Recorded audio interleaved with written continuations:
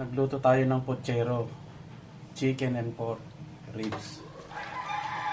So, nailagay ko na rin yung kamote at saka saba.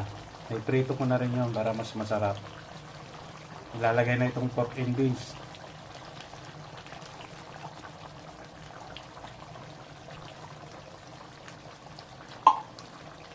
Saglit na lang ito mga lods. Lalagyan natin ng maraming gulay para mas lalong sumarap. Lagyan natin itong repolyo. Saka pechay.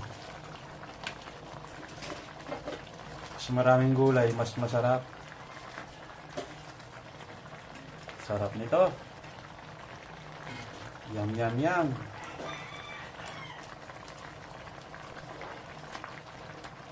Saglit na lang ito mga lods. Maluto lang konti itong gulay. Okay na. Masarap yung gulay na hindi overcook.